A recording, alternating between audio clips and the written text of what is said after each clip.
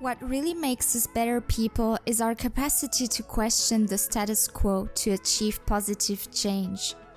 If you are seeking to adopt new habits, to learn about a kind lifestyle, low-waste living, and speaking up for justice, you have come to the right place.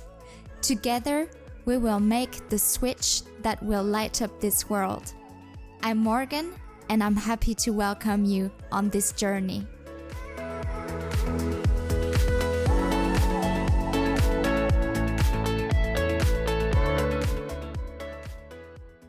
Hello, beautiful souls, and welcome to the Positive Switch podcast for a new episode. Today we're going to talk Netflix. If you're not a big fan of Netflix series, you can just skip this. But if you're not a big fan, but you like inspiring series who are not just there to turn off your brain, but which are kind of helping you to deal with stuff in life or to have a better understanding of some people's situations in life and what they might go through, to have a better understanding of maybe sex or what's the life of a working mom who's just given birth and etc., that kind of things. Stay tuned, because we're going to talk today about 5 Netflix series which inspire me every time that I watch them when they come up with new seasons. So when it comes to Netflix and series in general, we all have different tastes. Some of us prefer to watch something totally out of the reality, something more like science fiction, some like something that's more spicy with a lot of action. Some of us enjoy darker series, or some of us just enjoy more cheesy romantic series, and so on, which is perfectly fine. We just have different tastes, and really, don't get me wrong, sometimes I like me a really cheesy, vegan cheesy, of course, series, but just from time to time. But today I want to talk about series that are not there just to help you forget about work and everyday struggles. I want to introduce series that I think will make you grow, that will make you have a different look on individuals and feel more empathy for them. These are series that make you reflect upon some aspects of our life that we might have to understand, that we might have never thought about. For example, how to understand individuals who have a handicap, how to approach death or live with someone's loss, how to have more understanding for other genders by seeing the kind of experiences they might have gone through. So these are all themes of the series I will be talking about. But what I want to precise is that what these series have in common is humor. And humor is very important to me. I often need a good laugh, and the various types of humor in this series are just priceless. Before I start, I want to reassure you, I won't be spoiling anything, because I just want you to discover and appreciate this series with fresh eyes and an open heart. So, first series is called Afterlife. Afterlife is a British dark comedy drama series which was created, written, produced and directed by Ricky Gervais. If you don't know Ricky Gervais, he's a quite famous vegan actor who often speaks up for the animals as well at different occasions. And he's the main protagonist of Afterlife. In this series, you follow Tony, that's the name of the main character. His wife died from breast cancer, and he basically doesn't know how to keep living without her. he has lost any kind of lust for life. He's not really into fighting anymore. He just wants maybe commit suicide. He has suicidal thoughts, and his moods affect everyone around him, whether it's his friends or colleagues at work. His work is the local free newspaper, which is called the Tembury Gazette, where he works as a journalist. But instead of committing suicide, he first decides to kind of live his life without giving a crap. Like, he doesn't care, just wants to say what he has to say, and he basically just wants to punish the world for his wife's death by saying and doing whatever he wants. He thinks that it makes him kind of super special, like it gives him this superpower, so he just really wants to fully use it before he dies. But his plan to make everyone like pay for his wife's loss kind of fails when his friends and colleagues try to make him become a better person. So you will find out by watching if Tony becomes a better person or not.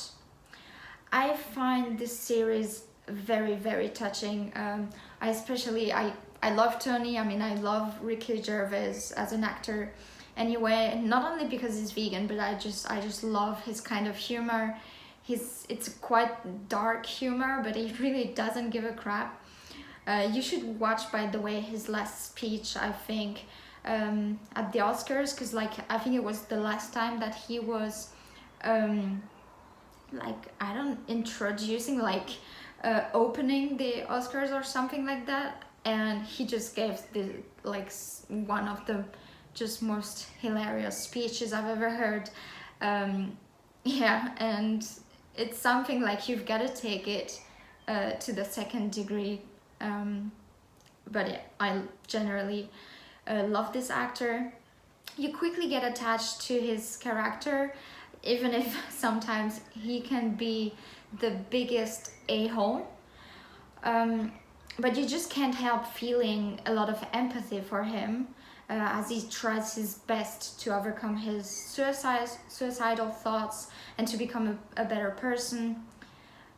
His humor really just kills me every time in this series. I guess it's kind of a British humor, but usually this actor's humor is quite dark, and that's what I love about him playing this character. He stays really truthful to himself, and his personality basically just doesn't change. So to me, I get the impression that he didn't really have to change a lot to embody this character.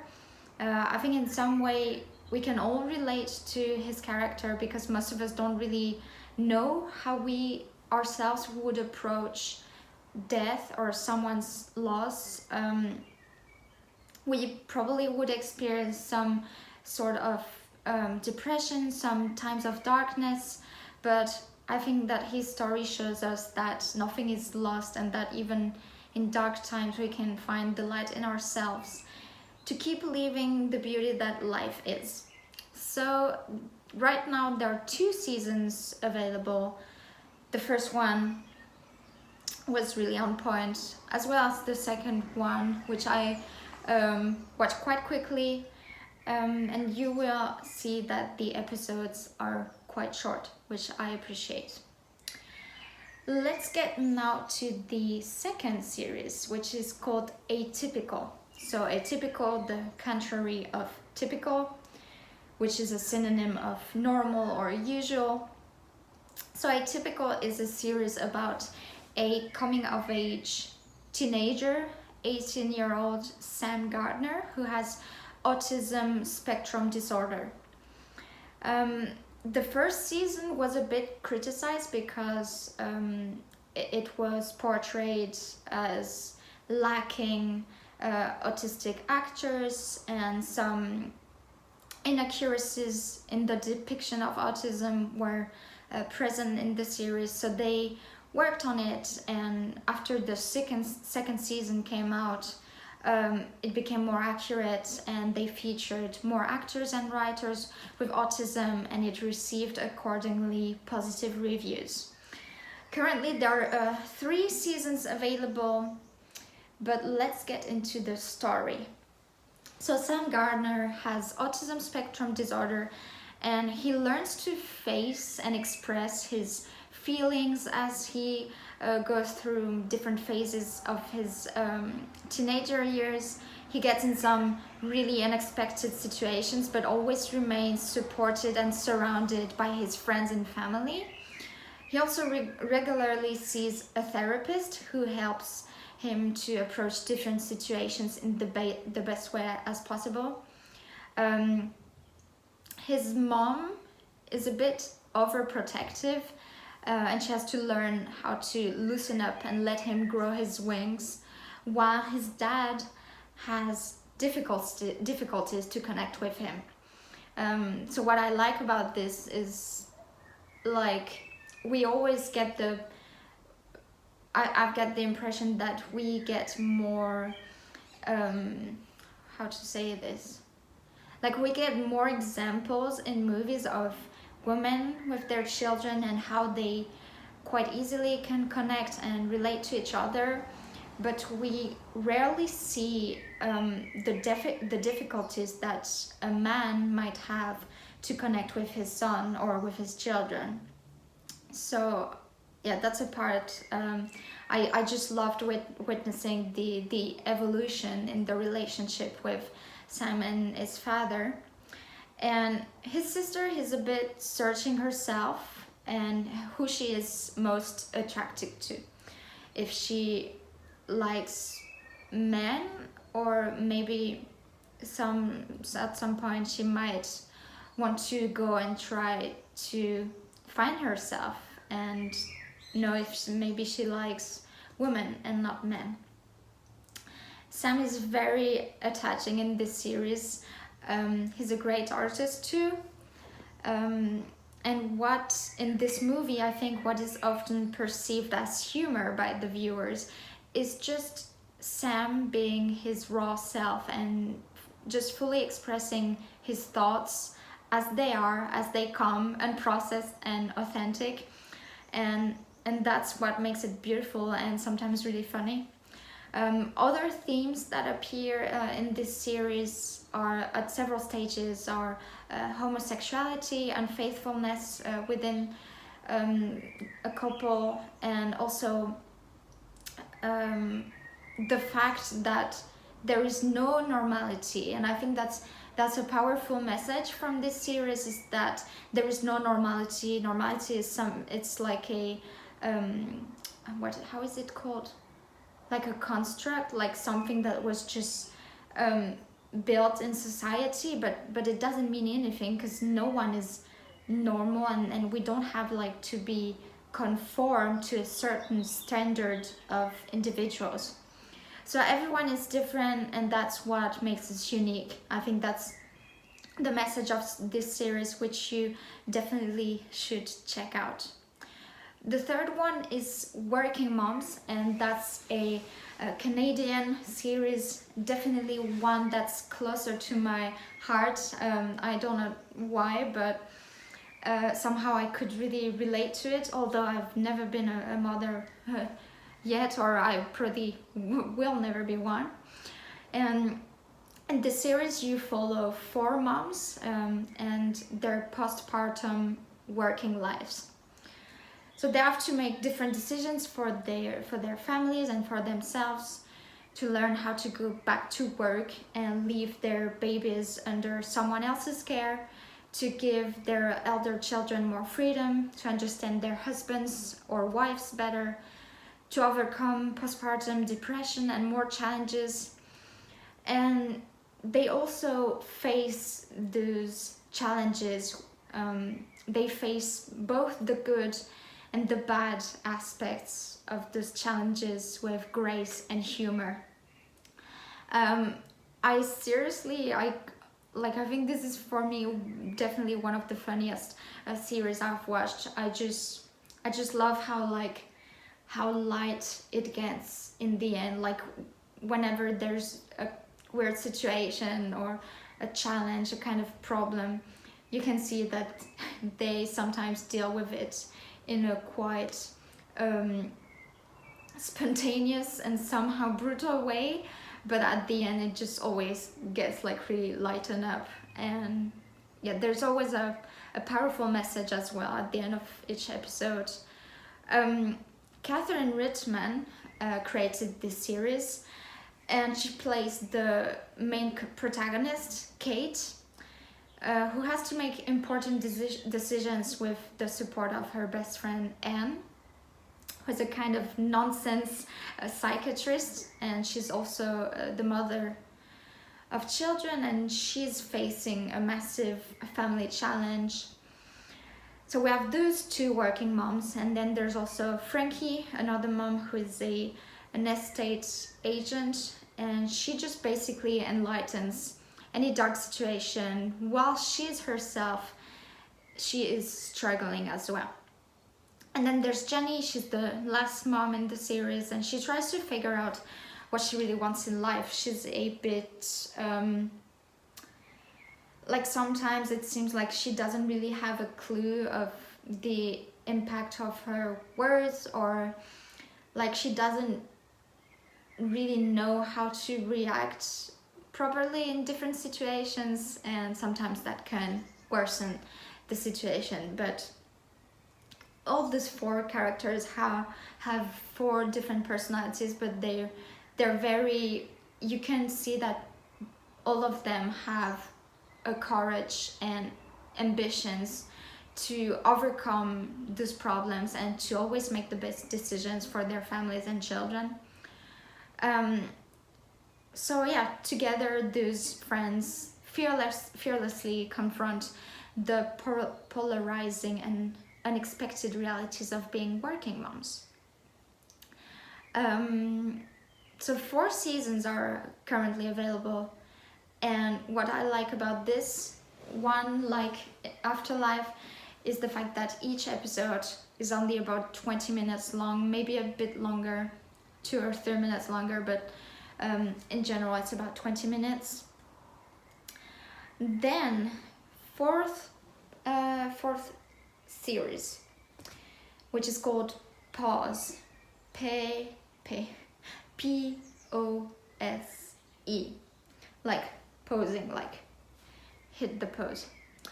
Pose is an American drama series about New York City's African American and Latino, LGBTQ and gender non-conforming ballroom culture scene in the 80s and early 90s.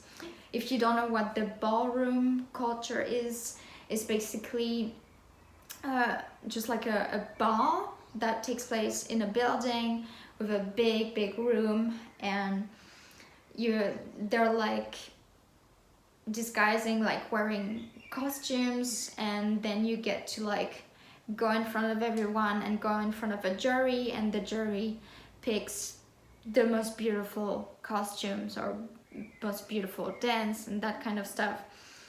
And the characters in this series are dancers and models who compete for trophies, and they also want to obtain recognition in this underground culture. They want to be recognized for their talents, because otherwise, if you look at where they come from, most of them were kicked out from their biological families as soon as they came out as a transgender person or homosexual, and they try to find the love and recognition in this ballroom life that they didn't get from their biological parents.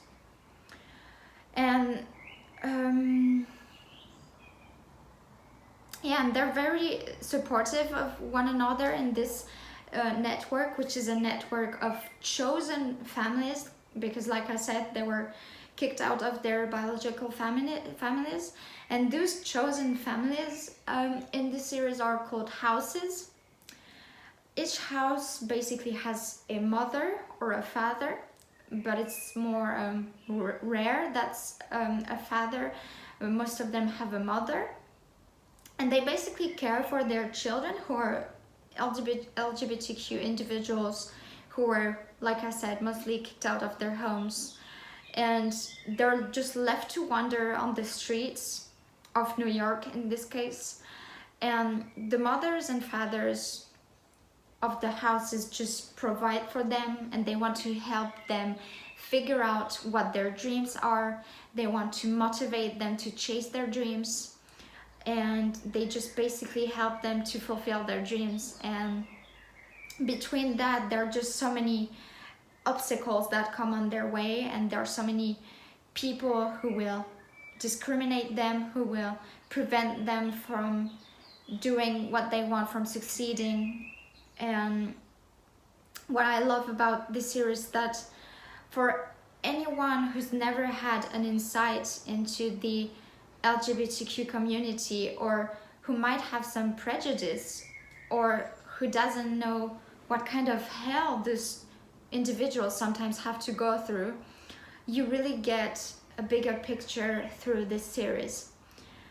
And although I probably could never fully comprehend how it feels to be homosexual or transgender, this series helped me to grasp some of the experiences that these individuals must go through, and how much they have to fight to just be able to live free of discrimination, free of any kind of oppression, free of judgment, and how much they have to fight just to be considered with equality and fairness in society. So that series is just, I think, really empowering, and it was about time that this topic gets brought up on TV. It's about time that it rises, that it explodes on all medias, and that we just start like lifting all the borders, lifting all the fences which are, or like they're not real. Like we put those differences between people just because we might have different feelings, because we love different people. That's no argument to to separate those people from society. And yeah, that's why I think this is my favorite series. I've left laughs and tears after watching episodes of this series. I felt so lifted and empowered after watching this series, and yeah, I think it could do anyone really a lot of, like, just good. Like it can just do you good to watch this series. And yeah, I think we can definitely all grow from watching this kind of series. There are actually currently 2 seasons of Pose, and that's definitely a must-see. The last one is called Sex Education.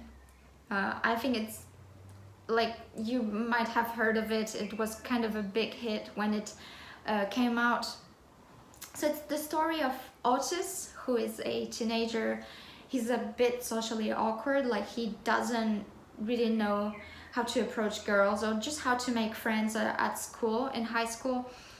And it may seem like he's not the best with love experiences, but he gives great guidance on the topic of sex. And the reason why is because his mom is a sex therapist. So he's just like basically at home is just surrounded by manuals and videos and open conversations with his mom, and they're like dildos almost everywhere. And just by living in this kind of surrounding, he's become himself an expert on the subject. So at high school, there's this girl that he kind of likes, and she suggests him because she can tell like he's got a talent for this. He has to speak more about this topic, and that might really help some people who have issues with sex, or how they should talk about it with their partners, how they should better communicate. And so basically those two team up, and this girl is like the smart, badass feminist. Her name is Maeve, and she's also a great writer. And basically what they do is they set up an underground sex therapy clinic to deal with their classmates' problems. But while at it, like while giving guidance on sex to teenagers, Otis actually realizes that he may himself need some guidance, like he needs therapy as well. You will notice in this series the costumes and decors are so fascinating. If you're a big fan of like vintagey 80s clothes and cars, then this series is definitely for you. And yeah, also what's important to highlight is that just like Pose, but here it's more focused on sex, and the series Sex Education is finally talking. It's like it's allowed people and teenagers to maybe talk more openly about a topic that society doesn't really or want to, or doesn't address accurately. In schools, for example, like in schools, I guess the courses that are given on sex are mostly awkward, and like it's just so formal, and you don't feel enough confidence so that you can freely speak about it with other people or teachers. And this series just shows you the way to go. Like it shows you how everyone should speak about it more freely. And yeah, it's definitely also very empowering, and I love the fact that it's very inclusive as well. We get attached to many characters in this series who wonder what they want to do with their life, or if they're really attracted to the right person, or to one sex or the other, and some are having also a hard time to communicate in a relationship. And what I was saying, it's a very inclusive series, because it doesn't just talk about straight relationships, but it just like it approaches the full spectrum of colors in the rainbow. It literally approaches homosexuality, bisexuality, transgender, and more. It's about all sexual choices and love without borders. And yeah, that's why it's one of my big faves in there. And yeah, I didn't want to talk too much. I wanted to be quite specific on each series, and I thought if I would talk about more than 5, then it would be just a bit overwhelming. And I think those are authentically the 5 that are truly nourishing for me, that inspire me, and when I watch them after it, I'm just like there's nothing you can do in life. It just gives you this hope back, and this confidence to freely communicate about everything, and to not judge people, and to not be close-minded. And yeah, I think they just convey values that we all share, and they definitely help people grow and become better persons. And Sex Education currently has 2 seasons on Netflix. So yes, I said these are Netflix series. They're on Netflix. I don't know if they're on other platforms, but if you're searching where to find them, well, Netflix is definitely where you can watch them. I hope you will give it a check, that you give it an ear, give it some eyes, and be truly open when you watch them. Just be open to learn something and maybe change your perspective on some individuals in this society. Be open to have more empathy for people. And yeah, I think I'm gonna close up now. Thank you for listening to this or watching, if you're watching this on YouTube. I'm truly looking forward to bringing you the next episode out. And until then, make sure maybe to subscribe the podcast on iTunes if you can, on Apple Podcasts, or yeah, just make sure to leave a comment. That would really mean a lot to me if you could just let me know your thoughts on this podcast, if it's bringing you some value. And I will see you in the next episode. Bye.